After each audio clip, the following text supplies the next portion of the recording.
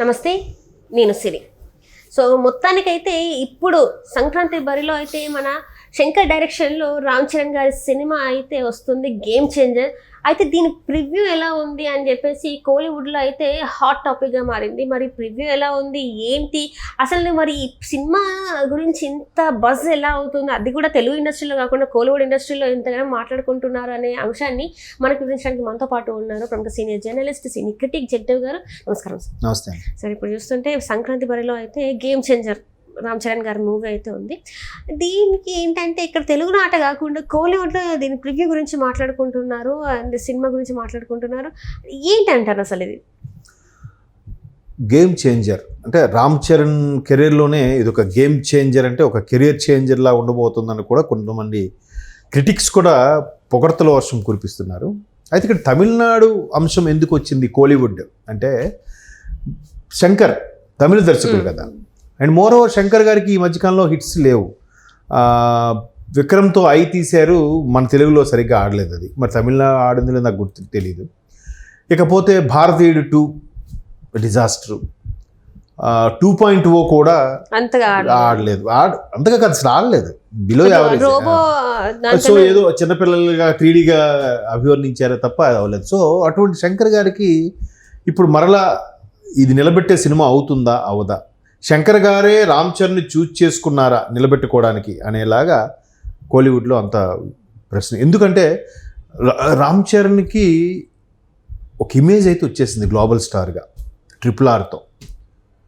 And more over ఆయనకి ఎటువంటి demerits కానీ మైనస్లు కానీ ఏదైనా కాంట్రవర్సీలో ఉండడం కానీ ఎక్కడైనా ఎక్స్ట్రాగా మాట్లాడడం కానీ ఏమీ లేవు. ఎటువంటి రాజకీయ పరంగా కానీ ఇవి కూడా ఏం లేవు. ఈవెన్ కూటమిలో వాళ్ళ బాబాయ్ పోటీ చేసి ఉప ముఖ్యమంత్రిగా ఉన్న జనసేన కుటుంబ సభ్యుడిగా ఉన్నప్పటికీ కూడా ఆయన మీద ఇప్పుడు ఏ ఎలిగేషన్స్ లేవు, ఏ రాజకీయ పార్టీలు కూడా ఆయన విమర్శించినట్టు కూడా ఎక్కడా దాఖలాలు లేవు. And more over personal life కూడా ప్లెయిన్గా వెళ్ళిపోతుంది రామ్ చరణ్ గారు, ఉపాసన గారు ఆ విషయాల్లో. సో అటువంటి రామ్ చరణ్కి అక్కడ కూడా మంచి ఇమేజ్ ఉంది. ఎందుకు జనరల్గా అక్కడ పెరిగాడు, చెన్నైలో కూడా పెరిగాడు చదువుకున్న రోజుల్లో, తమిళ అది వచ్చు. పైగా మెగాస్టార్ చిరంజీవి తనయుడిగా ఒక ఇమేజ్ మార్క్ ఉంది. ఈయన కొంతంగా తీసుకున్నాడు. శంకర్ గారు దర్శకత్వం చేస్తున్న సినిమా, ఒక తెలుగు వాడిని పెట్టి తీస్తున్న సినిమా, అది కూడా ఏంటి ప్రపంచ స్థాయి సినిమా. యుఎస్లో గ్రాండ్ ఈవెంట్ చేశారు, అవునా? ఇంతవరకు నాకు తెలిసి ఎవరూ చేయలేదు అక్కడ.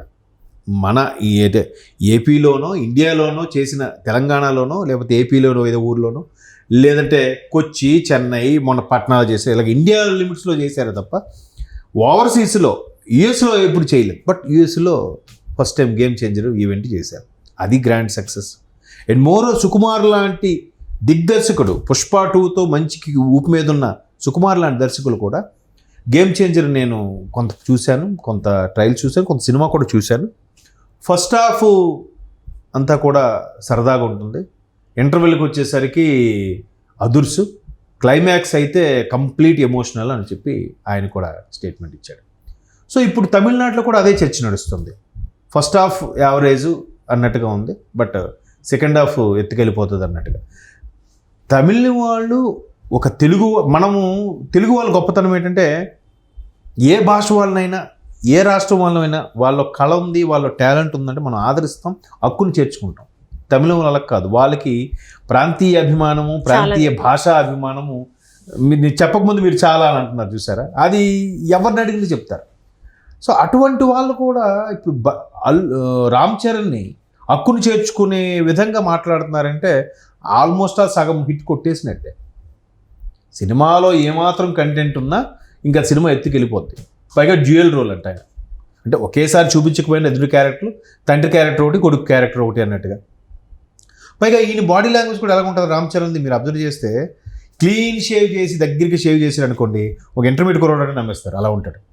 లేదు పెద్దగా గడ్డాలు పెంచి ఒక పల్లెటూరులాగా ఉన్నాడు అనుకోండి, రంగస్థలం ప్రూవ్ చేశాడు. లేదు ఒక మంచి మీసాలు పెంచి పోలీస్ ఆఫీసర్గా ఉన్నా అనుకోండి, ధృవ ఎక్సలెంట్గా ఉంటుంది. ఈవెన్ RRRలో కూడా ఆ మిలిటరీ ఆఫీసర్గా చాలా టఫ్ జాబ్. అంటే కొమరం భీం మీద స్నేహభావము, తమ్ముడనే భావం ఉన్నా కూడా బ్రిటిష్ వాళ్ళు ఎదురుగా అది బయటపడకుండా నటించాలి. అంతే కదా, అది చాలా టఫెస్ట్ జాబ్. దాన్ని కూడా అలవోకగా చేసేసాడు.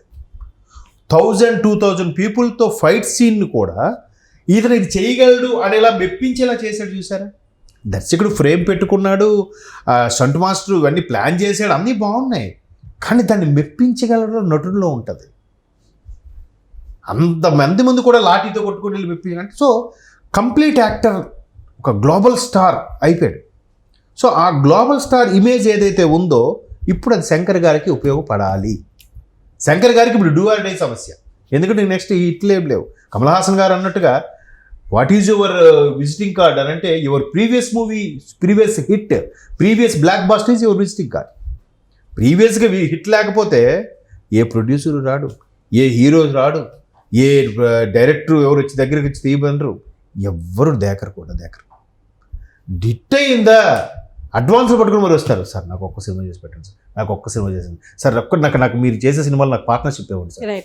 చూసారమ్మా, విజయం ఉంటే ఆటోమేటిక్ అన్నీ వస్తాయి, లేకపోతే అంటే ఇండస్ట్రీలో చాలా వరకు మనం చూస్తూనే ఉంటాం.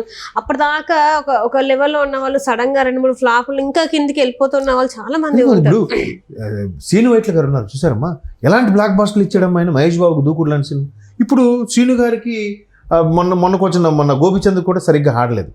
ఇట్లా లేకపోవడం ఏమవుతుంది, ఎవరు సరిగ్గా డేట్స్ కూడా ఇవ్వట్లేదు అన్నట్టు కూడా బయట టాక్ ఉంది. అంటే దానికి ఆయన ఏం చేస్తాడు, ఆయన మార్క్ ఏదవుతుందో అది చూపించుకుంటూ చేస్తూనే ఉన్నాడు. జనాలు ఓహో ఇది ఆల్రెడీ సేమ్ ఉంది కదా, నచ్చలేదు, లేదంటే ఎప్పటికప్పుడు హీరోలను మళ్ళీ కొత్తను కోరుకోవట్లేదు, హీరోయిన్స్ కోరుకుంటున్నారు, డైరెక్టర్లు కోరుకుంటున్నారు, మ్యూజిక్లో కోరుకుంటున్నారు, అన్నింటిలో కోరుకుంటున్నారు. హీరోలు మాత్రం వాళ్ళే. హీరో ఓరియంటెడ్ ఇండస్ట్రీ అనడానికి ఇది బెస్ట్ ఎగ్జాంపుల్. సో ఇట్లాంటి సందర్భాల్లో శంకర్ గారు ఈవెన్ స్నేహితుడు కూడా 3 Idiots రీమేక్, అది కూడా చాలా మంది విమర్శించారు. శంకర్ లాంటి దిగ్దర్శకులకి రీమేక్ అవసరమా అనే వాళ్ళు కూడా ఉన్నారు.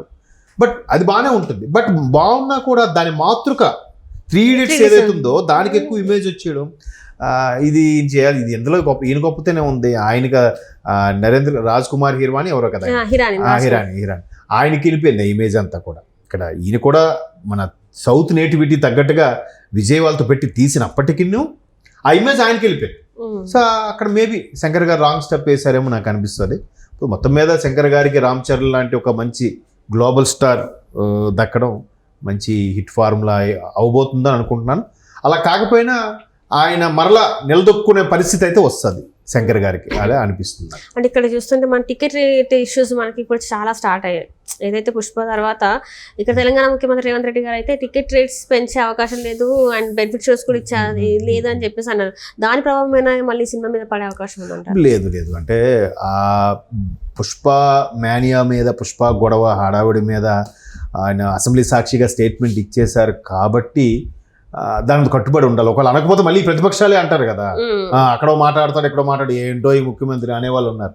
సో కొద్దిగా ఆ ఫోబియా, ఆ ఫేవర్, ఆ వేడి అలా ఉన్నప్పుడు అలా మాట్లాడుతూ మరలా దిల్ రాజు గారు ఇప్పుడు FDC చైర్మన్ కదా, మళ్ళీ సద్దు మణిగిన తర్వాత మరీ ముందు రోజు నుంచి బెనిఫిట్ షో ఛాన్స్ ఇవ్వకపోయినా ఆ రోజు పొద్దు నుంచే ఇస్తారుగా. మరీ 3,000-2,000 టికెట్లు పెంచుకోకపోయినా 1,000 రూపాయలు 1,200 ఛాన్స్ ఇస్తారుగా. ఇస్తారు. కొంచెం ఆ వేడి మీద కొద్దిగా సద్దు మణిగేలాగా కొద్దిగా ఇండస్ట్రీ కూడా ఇది ఉండాలి. మధ్యలో కొంతమంది ఇండస్ట్రీ ఆయన కాలు మొక్కాలా, అక్కడికి వెళ్ళాలా, వెళ్ళకపోతే బతకలే, ఇలాంటి డైలాగ్ కొట్టద్దు దయచేసి. సినిమా పెద్దలు కొంతమంది కొట్టకుండా ఉంటే, ఎందుకంటే ఇండస్ట్రీకి ప్రభుత్వ సహకారం అవసరం. ఏ ఇండస్ట్రీకైనా ప్రభుత్వ సహకారం లేకపోతే ఇండస్ట్రీ ముందుకు నడవలేదు. ఆ ఇండస్ట్రీ మీద కొన్ని 100 మంది 1000 మంది బతుకుతున్నారు ప్రత్యక్షంగా పరోక్షంగా. సో వాళ్ళందరూ దృష్టిలో పెట్టుకునే కొంతమంది మేధావులు ఈ దాని చూసారా అగ్గి మీద ఆముదం పోసినట్టుగా అట్లాంటి స్టేట్మెంట్లు ఇవ్వకుండా ఇండస్ట్రీని బదనాం చేయకుండా ఉండే ప్రయత్నం చేస్తే సంతోషం. ఖచ్చితంగా సంక్రాంతికి మరలా మూవీ ఫెస్టివల్ స్టార్ట్ అవబోతుంది. Right, thank you so much sir.